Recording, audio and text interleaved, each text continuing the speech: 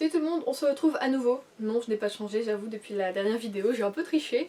Nous sommes le même jour et en fait j'avais terriblement envie de constituer ma palle maintenant. Donc, j'ai envie de dire, comme souvent, Juliette est en retard. Les challenges ont déjà commencé, mais moi j'arrive avec mes petits pieds, mes petits sabots là, et je me dis, oh, finalement, on va le faire. Je vous avais dit que je ne voulais plus faire en fait de challenge autre que du coup le Cold Winter Challenge, parce que bah, c'est mon préféré, je l'aime beaucoup, les thématiques, tout ça, et que voilà, il me pousse à vraiment bien lire durant ces mois un peu trop on va dire. Normalement, c'est des mois où je travaille énormément et où il y a aussi beaucoup la famille, tout ça, donc beaucoup de préparation, de choses à faire. Et voilà, ça me pousse un peu à lire. Et finalement, je voulais ne pas faire aussi de challenge cette année parce que ben, je travaillais et je me disais que j'aurais pas le temps vraiment et que niveau pâle, j'avais pas grand chose, enfin ça n'allait pas correspondre tout ça. Et en fait je me suis dit, bah en fait je comptais pas faire le Pumpkin Autumn Challenge qui est donc le challenge de Gimoz, qui est très connu, c'est voilà, un des plus connus pour l'automne en tout cas côté francophone et que beaucoup de monde fait, et je voulais faire plutôt comme l'année dernière j'avais fait, celui de Au boudoir de Candy Shy, qui voilà, j'ai lu les menus sur Instagram et je me suis dit c'est tellement en fait éclectique, tellement ouvert. C'est pas mis que sur les sorcières, l'automne, enfin voilà, que en fait c'est vraiment un challenge super qui est ouvert à plein de choses. Et j'avais envie quand même de constituer une palle pour me motiver voilà, à vraiment bien reprendre la lecture après le boulot, enfin après une période de boulot assez intense. Donc voilà, finalement on ne dit jamais, jamais. Et je participe du coup à ce challenge et j'en suis très contente. Donc voilà, j'ai effectué ma palle. Si vous connaissez pas du coup ce challenge, c'est le cocooning automnal, donc voilà, créé par Candy Shy. Vous pouvez du coup le suivre sur Instagram ou sur sa chaîne en fait, hein, si vous voulez. Je mettrai la vidéo en barre d'infos et le lien aussi de son article si vous êtes plus sur Instagram, du coup pour Instagram. Mais voilà, je suis tentée. Je sais que je ne vais pas faire des miracles de lecture, donc j'ai choisi le palier Brise légère, qui est donc le palier entre 7 et 12 livres lus. Donc vous avez plusieurs paliers, enfin, vous verrez, je vais pas tout vous dire. Mais voilà, c'est celui qui je pense me correspondait le plus. Si je reprends à peu près un rythme de lecture normal, en un mois je peux lire environ 6 livres. Donc je me dis que voilà, c'est tout à fait faisable, puisque je compte pas le faire jusqu'au bout, puisqu'il commençait, je suis en retard, le 21, du coup forcément le jour de l'automne, donc le 21 septembre, et il se finit du coup le 21 décembre, donc le jour de l'hiver. Moi, je vais commencer maintenant, mais je pense le finir, je pense le faire plus sur 2 mois, donc le finir mi-novembre pour pouvoir tranquillement reprendre des lectures autres que challenge et pouvoir ensuite plonger du coup dans celui dans le Cold Winter Challenge, hein, pour pas voilà, trop mélanger. Et puis voilà, j'aime pas faire plusieurs challenges en même temps, j'aime bien séparer. Donc voilà, écoutez, arrêtons de blablater, je vais vous présenter du coup ma palle. Je suis toute excitée parce que c'est que des lectures voilà, dont j'ai terriblement envie, donc c'est vraiment super. Je préparer mon petit carnet avec du coup mes lectures et les descriptions. Donc j'ai choisi 2 menus, et sachant qu'il y a 6 catégories, enfin 6 bouquins à sélectionner par menu, ça fait 12 livres donc c'est nickel. Il y a par contre certaines sous-catégories où j'ai mis plusieurs livres parce que je veux pas trop me restreindre, je veux avoir vraiment le choix même dans ma palle. Donc voilà, je les lirai pas tous, mais un parmi ceux-là ce sera fait, donc voilà. Alors le premier menu que j'ai sélectionné c'est cocooner sous le plaid. Ça donne terriblement envie, rien que le nom déjà. On se sent déjà avec, vous voyez, les petites bougies parfumées, le petit thé, les petits gâteaux sous le plaid avec son petit bouquin, ça donne terriblement envie. Enfin bon, oh, et je blablate tellement, c'est pas possible. Alors la première catégorie est première lettre de votre pseudo. Alors bien moi c'est L, puisque c'est la bibliothèque de Juliette. Et bien écoutez, je pensais que ça serait facile, que voilà, je trouverais des trucs avec la, les, tout ça. Même en nom d'auteur, j'en en avais qu'un et je veux me le garder pour la fin d'année, pour le Cold Winter. Bon, ça c'était un peu chiant. Mais finalement, eh bien, je vous en ai parlé, il y a une vidéo de ça. J'ai sélectionné, du coup, j'ai pris La chambre des morts, donc là, en plus c'est parfait, c'est même pas, c'est vraiment tout quoi.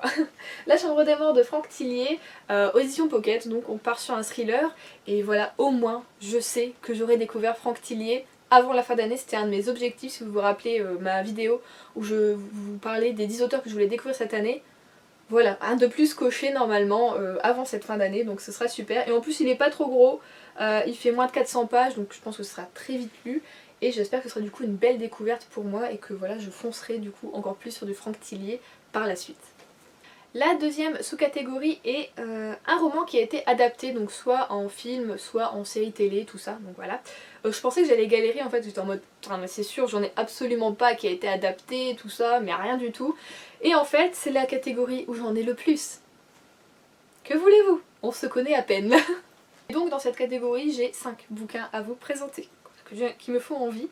Il y a donc La fille du train de Paula Hawkins.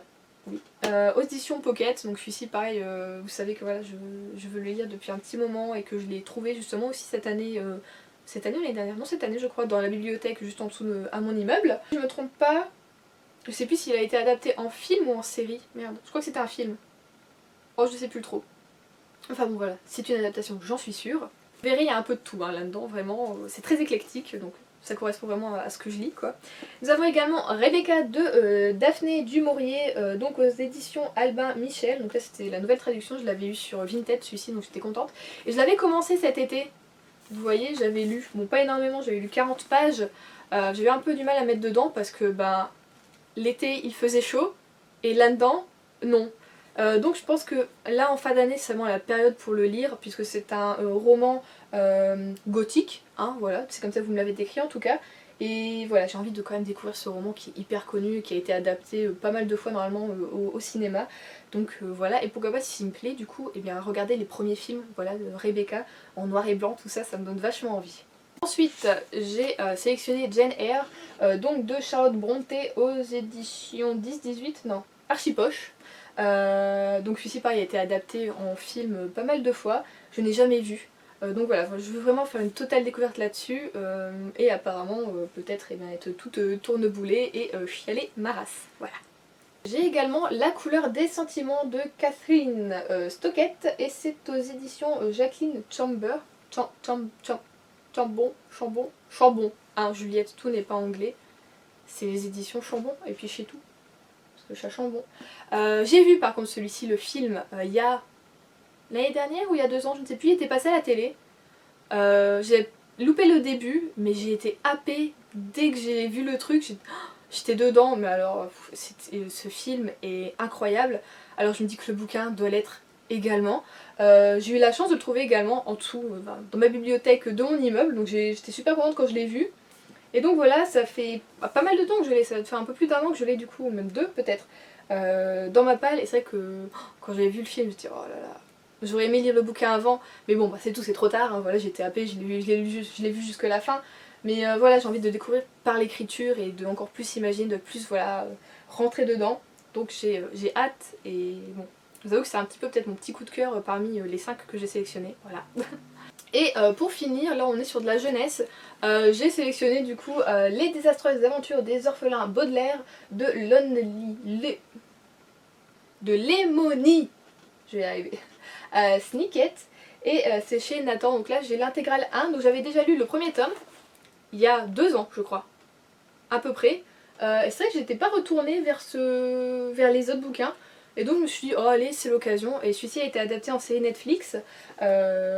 Donc voilà, et en plus je voulais voir la série. Mais bon, comme je voulais quand même lire au moins le premier intégral avant de commencer. Parce que je sais que souvent les séries ils avancent un peu plus vite ou il y a d'autres trucs, donc voilà.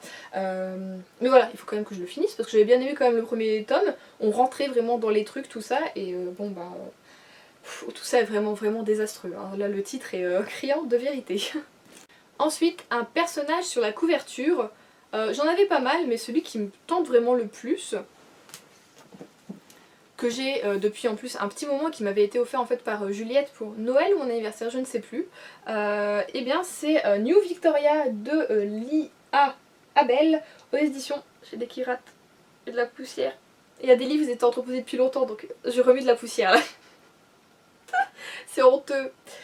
Donc chez Castelmore, et j'en entendais que du bien, et je sais toujours pas pourquoi je l'ai toujours pas sorti excusez-moi, mon nez me gratte vraiment, de la palle. Donc voilà, je me dis c'est l'occasion, on a un personnage sur la couverture. Si je me trompe pas, c'est une duologie en plus, si je me trompe pas. Et bon bah ouais non, j'entends que du bien, donc vraiment je me dis c'est le moment d'aller voilà, d'aller dedans quoi. Ensuite, un roman LGBTQ+.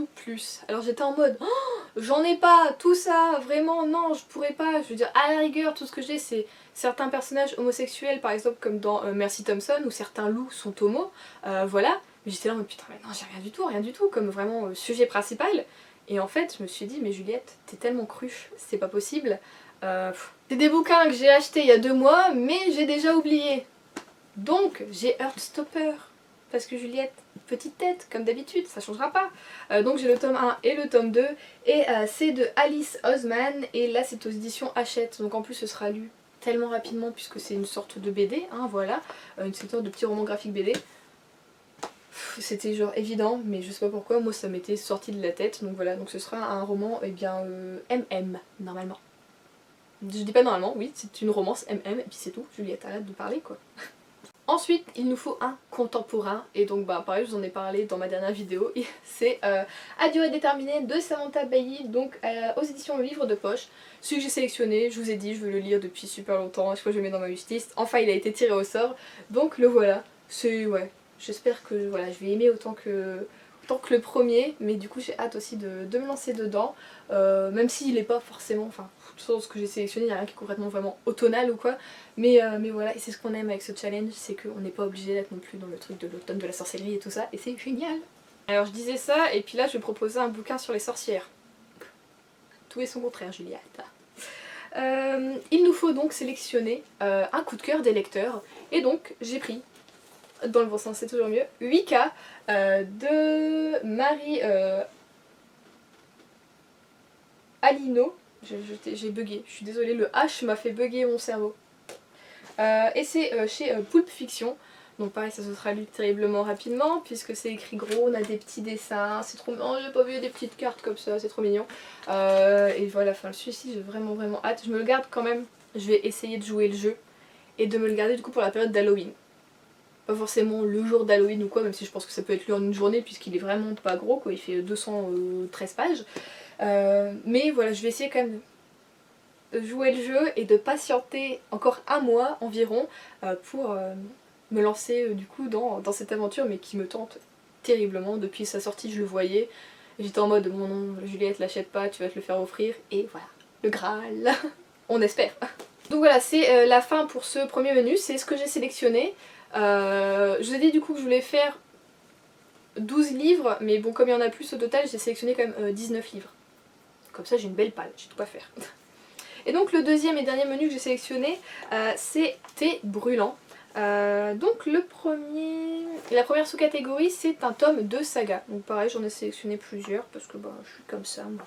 Alors, le premier que je vais vous présenter, je l'ai dans ma palle depuis peut-être 3 ans si je me trompe pas. Je crois que c'était Émilie qui me l'avait offert, si je me trompe pas non plus. Parce que bah, ça fait un moment vraiment que je veux le lire, j'en entends énormément parler et énormément de bien de cette saga, donc voilà. C'est tout simplement Rebecca Kane, donc de Cassandra O'Donnell aux éditions J'ai lu. Après, bon c'est quand même un beau bébé, bon il fait un petit peu moins de 500 pages, ça va encore, mais bon là j'en entends que du bien, donc ça devrait le faire, je vais peut-être enfin essayer de sortir ce bouquin de ma palle, ce serait plutôt bien, hein? Ouais. Et après pareil, celui-ci j'en entends, mais alors... tellement parlé, tellement de bien au moment de sa sortie, et je suis encore, vous allez dire, mais Juliette, t'as combien d'années-lumière de retard? Et bien là je peux plus compter, je ne sais même plus, voilà. Donc j'ai sorti Le Gang des Prodiges de Marissa Meyer aux éditions PKJ, parce que pareil, ça fait super longtemps que je l'ai dans ma page, je l'ai acheté presque à sa sortie, j'ai entendu beaucoup de bien, et je crois aller 3 ou 4 mois du coup après sa sortie, je me dis bon allez Juliette. Voilà, c'était un moment où je voulais vraiment me relancer dans la jeunesse, et surtout bah, dans tout ce qui était un peu fantastique et dystopique. Donc voilà, et bon bah je me dis que ouais, ça peut être vite lu, je veux dire même s'il fait un peu plus de 500 pages, voilà il suffit que je sois happée et puis en 3 jours c'est lu, comme bah, quand je lisais de la jeunesse avant, voilà tous les 3 jours je changeais de bouquin, ça faisait quand même du bien. Hein. Il y avait un bon turnover et c'était cool. C'est vrai que maintenant que je lis des romans plus contemporains ou thrillers tout ça, je mets un peu plus de temps dans mes lectures et je sens que ça plombe un peu des fois mon rythme et j'aime pas trop. Donc c'est vrai que là j'ai décidé en cette fin d'année de mettre un peu plus de jeunesse pour voilà, avoir un rythme un peu plus soutenu et que je sois contente quoi tout simplement. Donc j'espère être comme plus de la moitié des gens, enfin, comment dire, presque comme 99,99% des gens qui ont lu cette saga et l'aimer terriblement. Voilà, être sous le charme, avoir un coup de cœur Et voilà, j'avais adoré en plus les Chroniques lunaires de Marissa Meyer, donc l'écriture pour moi c'est du tout cuit. Donc voilà, je vous avoue que j'ai peur juste par la grosseur du bouquin. Donc c'était ça, il y a quoi, il y a 5 ans que ça me faisait encore ça. Et là je repars là-dedans, alors que je sais qu'il fait même pas 500 pages. C'est un peu idiot, mais donc voilà, je vais essayer. Je veux le lire. Voilà, c'est tout. Juliette, arrête. Tu veux le lire. Et il nous faut donc un roman historique. Alors là j'étais en mode, j'ai pas de roman historique, enfin en tout cas pas que je vais lire vraiment à tout prix. Et en fait j'ai bien regardé ma palle et je me suis dit mais en fait si j'en ai pas mal et en plus c'est de la jeunesse donc pareil ça va se lire vite. Et en plus ces deux là c'est vraiment de tous ceux que j'ai en roman historique jeunesse, donc chez Gallimard normalement, hein, c'est chez Gallimard que je les ai. C'est vraiment ceux que je veux lire le plus, vraiment.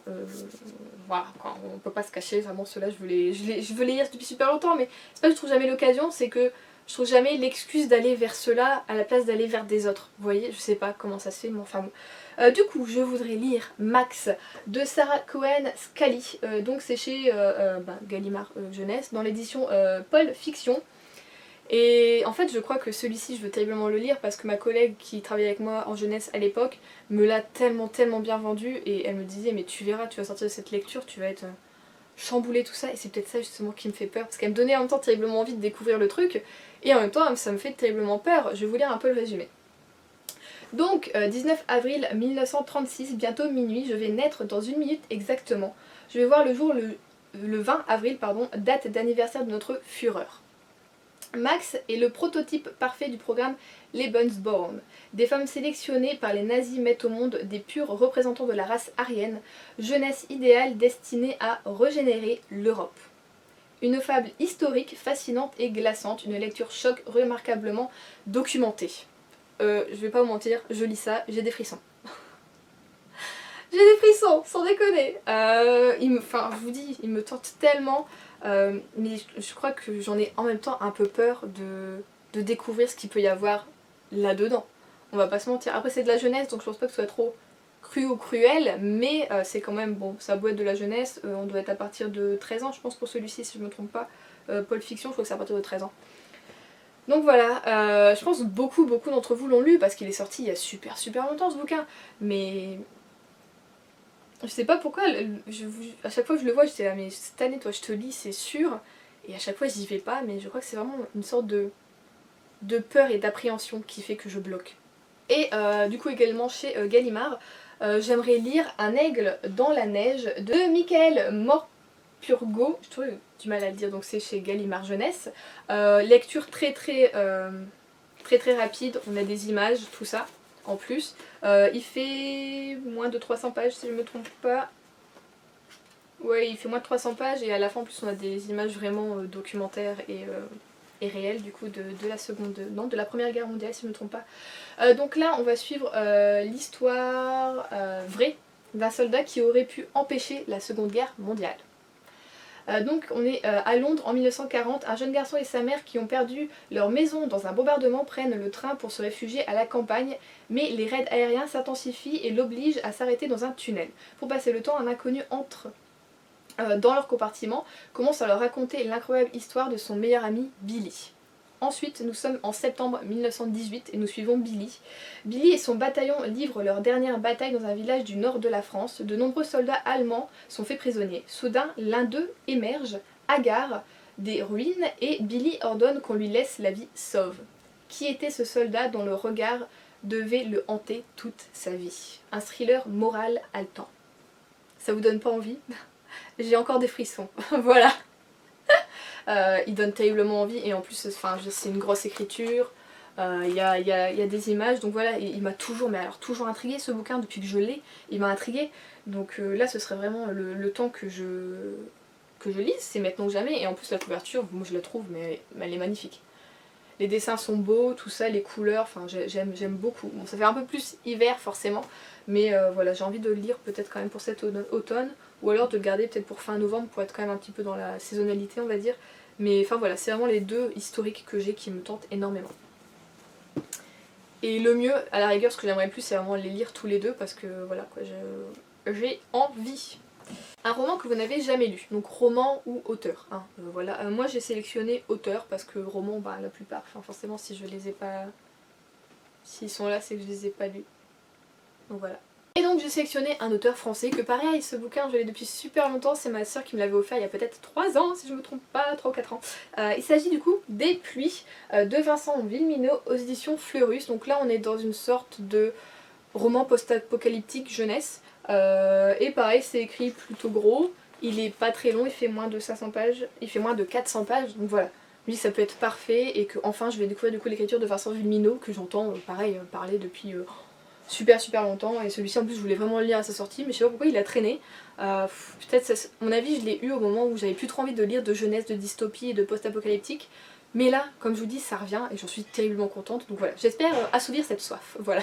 Un roman dans un univers sportif, alors là je l'ai pas en ma possession, c'est une série que je lis en e-book. Il s'agit de la saga Off Campus et donc c'est le tome 3 qui est The Score si je me trompe pas. Oui, de Elle Kennedy. Alors j'ai adoré vraiment les 2 premiers tomes. J'avais laissé tout ce qui était un peu new romance, donc new adulte, de côté depuis pas mal de temps. Vous savez que voilà, j'avais été un peu saoulée par le côté bad boy, les nanas, la fille qu'il faut sauver, enfin ainsi de suite, les problèmes, tout ça. Et par contre avec cette série, j'aime terriblement, l'écriture va bien, tout va bien, on enchaîne, les personnages sont intelligents, on n'est pas avec la cruche, on n'est pas... Enfin voilà, c'est vraiment pas cliché, même si on est dans l'univers du sport, donc là on est dans l'univers du hockey sur glace, et ben, ouais, on n'est pas avec des idiots, c'est pas cliché, et c'est terriblement bien, et je sais que souvent en 2 jours ils sont lus ces bouquins, ils sont pas très gros, hein. Mais voilà, du coup, c'est celui que j'ai sélectionné dans l'univers sportif, et de toute façon c'est le seul que j'ai, voilà. Ensuite il nous faut soit un conte BD, manga ou comics ou roman graphique, enfin voilà. J'ai pris du coup les 2 BD que j'avais parce que je me suis dit faisons pas de jaloux, de toute façon je vais les lire toutes les 2, donc voilà. Donc le dernier tome des carnets de Cerise de Joris Chamblin et de Aurélie Néré dans la collection Métamorphose. Donc c'est pas trop de saison parce que si je me trompe pas il se passe en été. Mais bon, les couleurs font toujours que ça donne envie, que c'est chaleureux même quand ça passe en hiver, donc oh non!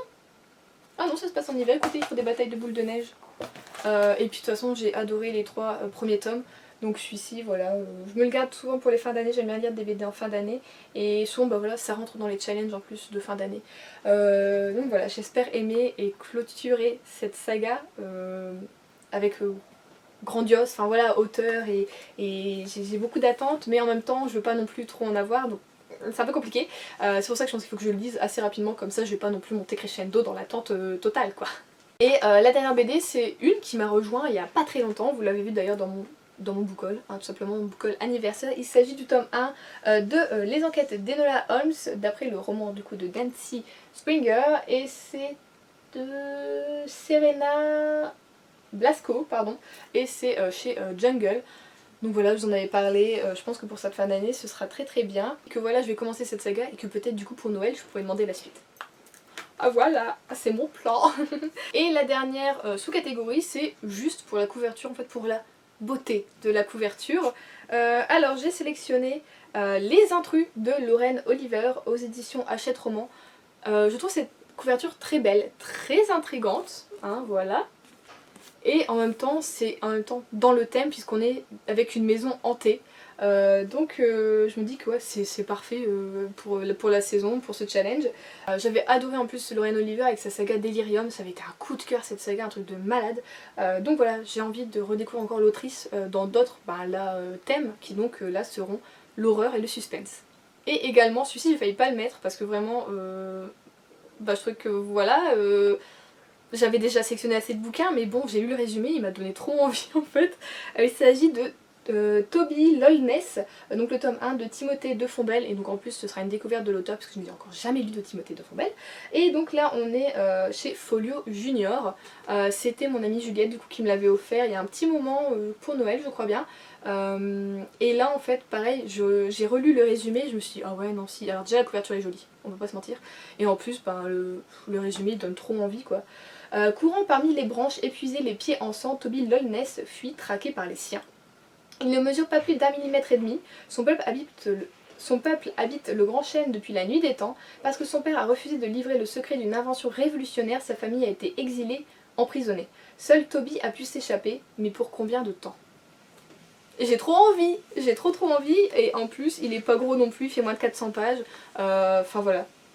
Il sent bon, Normalement c'est du Timothée de Fombelle, donc voilà, et pareil quand je travaillais en jeunesse au Furet du Nord, celui-ci il se vendait comme du petit pain.